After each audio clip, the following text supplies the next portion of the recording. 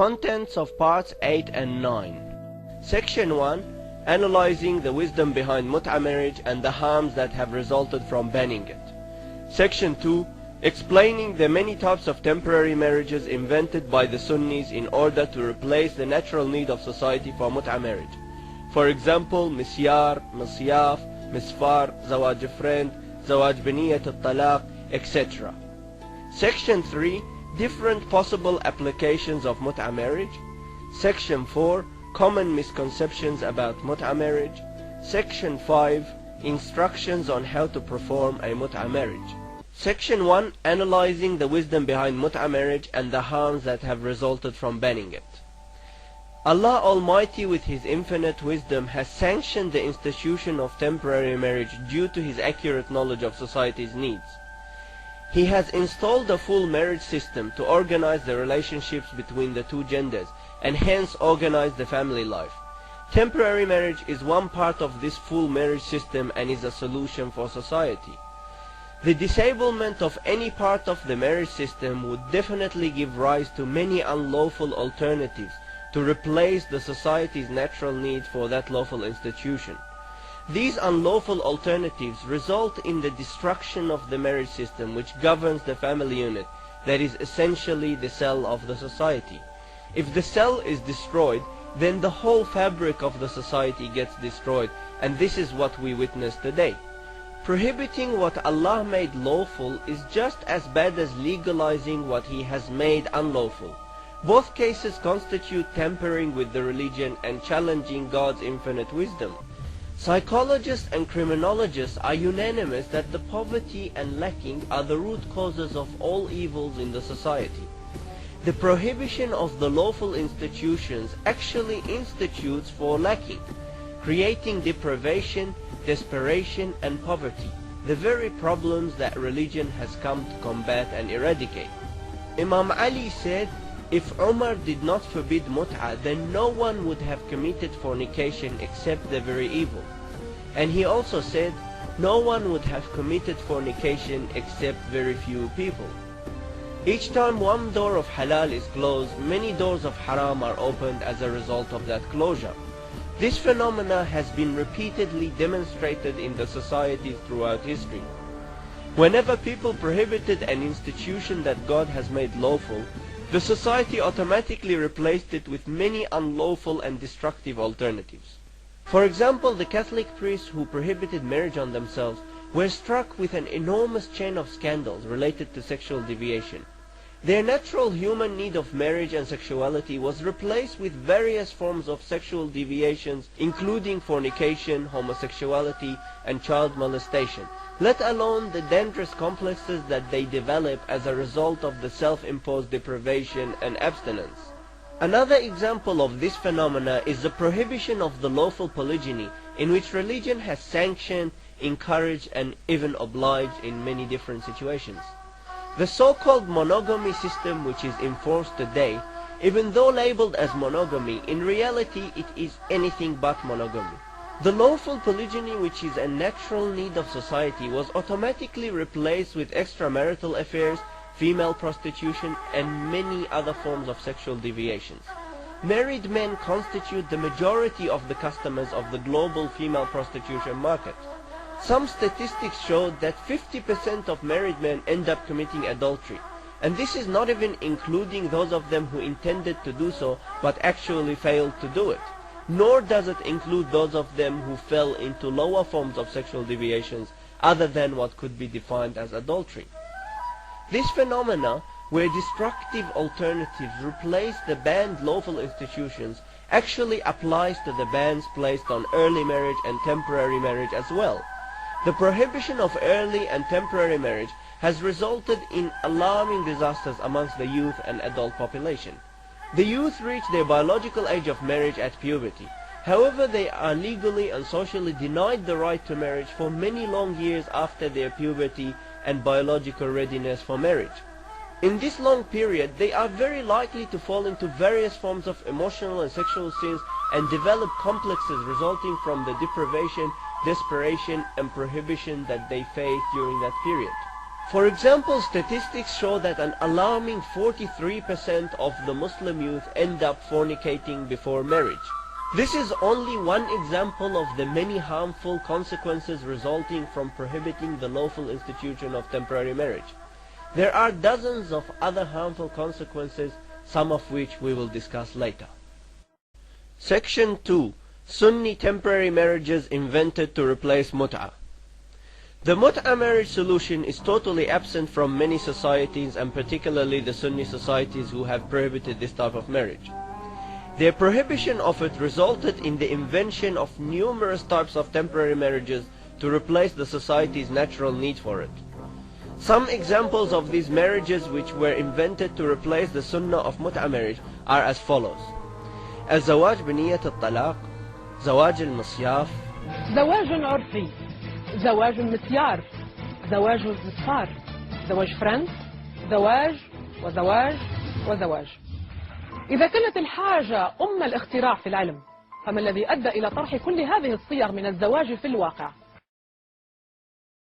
Not only that most of these invented marriages have no reference whatsoever in the Quran or the Sunnah, but many of them include transgression within their terms and conditions.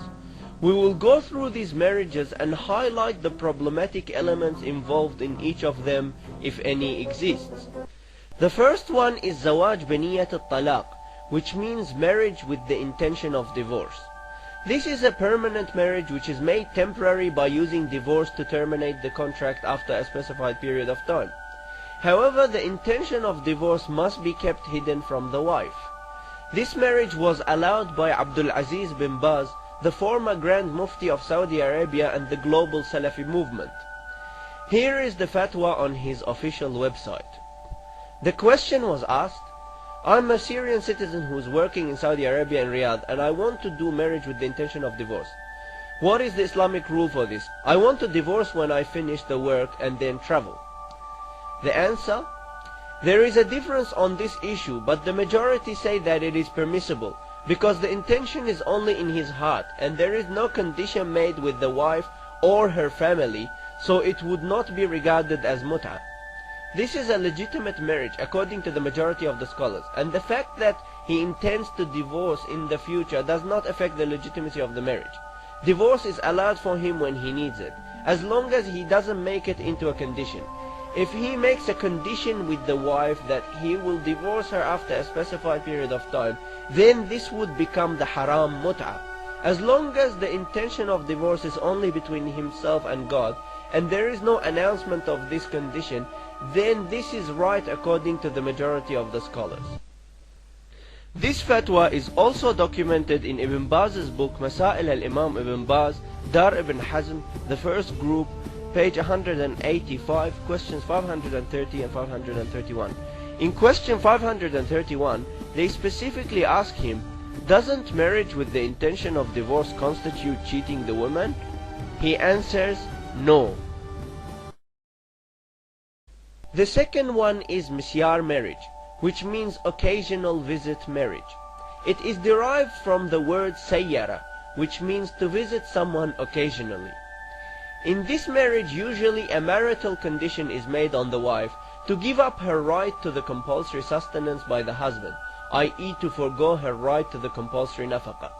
Also, in the cases of polygyny, conditions are made on the wife to give up her right to the equal share of time and or other provisions.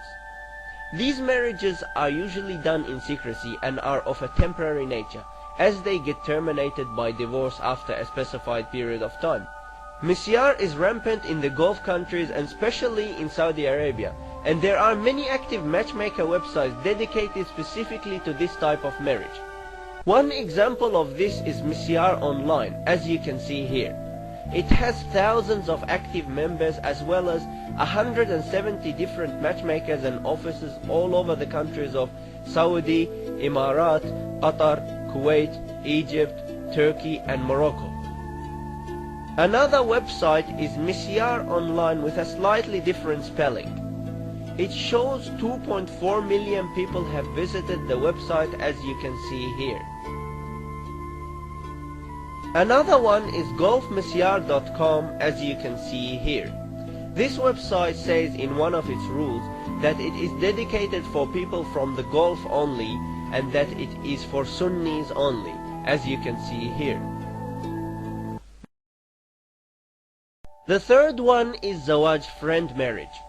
Sheikh Abdul Majid al-Zandani, the head of the Assembly of the Islah Party in Yemen and the head of the Islamic Studies University, has called for the introduction of a new form of marriage with the name Zawaj friend to replace the girlfriend system in the West, which allows friendship and sexual intercourse. This marriage is mainly practiced by students and youth living in the West. Like Misyar, it can include secrecy and the condition to forgive the rights of sustenance. The fourth one is misfar marriage, which means the traveler's marriage, and is derived from the word safar, which means to travel. This is very similar to Misyar marriage in its conditions, but is more specific to the travelers. The fifth one is musyaf marriage, which means summer marriage. It is derived from the word sayf, which literally means summer. This marriage is a traveler's marriage conducted in the summer holidays, and it terminates at the end of the summer holiday by using divorce. This type of marriage is rampant in the Gulf. It is practiced by Arabian Gulf tourists when they visit other countries, like Yemen for example. This type of marriage also includes secrecy and conditions to forgive the compulsory rights of sustenance and equality, as it would be hard for a traveler to fulfill these requirements. The sixth one is urfi marriage, which is a religious marriage without the state documentation or the announcement to the public. This marriage is more common in Egypt, Jordan and the Sham, and the reason for its appearance is the poverty and unemployment. People can no longer afford the big wedding ceremonies and the setting up of new houses. Therefore, they resort to a low-profile marriage that doesn't involve all these complications. This marriage can also include the unlawful marital conditions to give up the rights of sustenance and equality. Otherwise, it would be lawful and has no problem, because secrecy in marriage is permissible in itself, as long as there is no breach of any Islamic laws resulting from that secrecy. The problems with these invented marriages. Many of these invented marriages actually involve haram components in their terms and conditions. They include components which are conflicting with the essence of the Islamic jurisprudence. For example, in the Zawaj biniyat al-talaq, the husband is required to conceal his intention to divorce the wife after a specified period of time. This constitutes leading on, which is essentially dishonesty and deception, and is absolutely forbidden by the school of Ahlul Bayt. In contrast to this, with mut'ah marriage, there is transparency and mutual agreement about the period of time, and no deception involved and no leading on.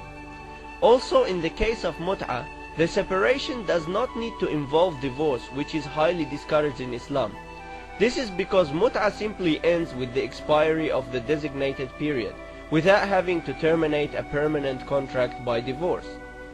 Another example of haram conditions that could arise in the cases of misyar, misfar, musyaf, and even at times in the urfi marriage is when the husband makes a marital condition on the wife to give up her right to the compulsory nafaqah or her right to the equal share of time in the cases of polygyny. These marital conditions are rejected by the school of Ahlul Bayt and deemed invalid because the permanent wife's right to sustenance and equality is compulsory, and marital conditions cannot disable what is compulsory. Finally, another example of potential haram that could arise from these types of marriages is the hypocrisy and lies that could arise from the secrecy which is typically inherent in the nature of some of these marriages. Secrecy is allowed in itself because the announcement of marriage is only mustahab and not obligatory. However, the secrecy situation in most cases can lead to lies and hypocrisy, which are absolutely forbidden according to the school of Ahlul Bayt. Section 3. Possible applications of mut'ah marriage. Temporary marriage is not there to replace the important role of permanent marriage. It is not always an ambition, but rather a solution for many cases where permanent marriage is not possible or feasible. The ambition is always to have permanent stability and never end any relationship. But real life dictates many less than ideal situations in which Allah has sanctioned solutions for them. Another important issue is that temporary marriage, just like permanent marriage, is not there to be used for excess or sampling around, because that would then constitute israf or wastage, which is forbidden in Islam. For example, even though it is permissible, it is undesirable to consummate a mut'ah marriage if it is conducted with a virgin girl, specifically if the couple have no intentions of permanency and no intention to convert that marriage into a permanent one. Mut'ah is a solution for many situations where permanent marriage is made difficult by different factors in life. We will go through some examples of the possible applications of mut'ah marriage. It could be used by the youth who are unable to marry permanently, either as a temporary solution or in the hope to convert it into permanent marriage in the future. It could be used as a solution to shield oneself against sin in situations where a man, for whatever reason, is unable to find a suitable permanent wife. He can contract temporary marriages with divorcees or widows who do not want permanent marriage. He can also marry in mut'ah any female who would otherwise fornicate in order to save her from fornication. It could be used by those unable to afford the costs of running a whole new household and or the nafaqah of the wife until they can afford to convert their marriage into a permanent one. It could be used for missionary purposes to invite women to religion, as it would allow you to be in contact with them and freely have dialogue with them without the fear of potential sin. It could be used as an alternative for the typical marriage engagements which usually take place without any marital contracts. In the case of having a temporary contract, the couple can get to know each other without the fear of falling into sin, which is often the case in the conventional engagements. It could be used as an option for polygyny for those who are unable to have two permanent marriages for whatever reason, including financial stress. It could be used in travel for convenience if one is forced to mix with the opposite gender for long periods of time or to share an accommodation. It could be used for prohibition, tahrim. A short-term marriage can be conducted without having any physical contact for the mere purpose of making the parent of the spouse into a mahram. This is a much better and more logical solution for prohibition than the infamous breastfeeding the adult fatwa adopted by the Sunni schools of thought.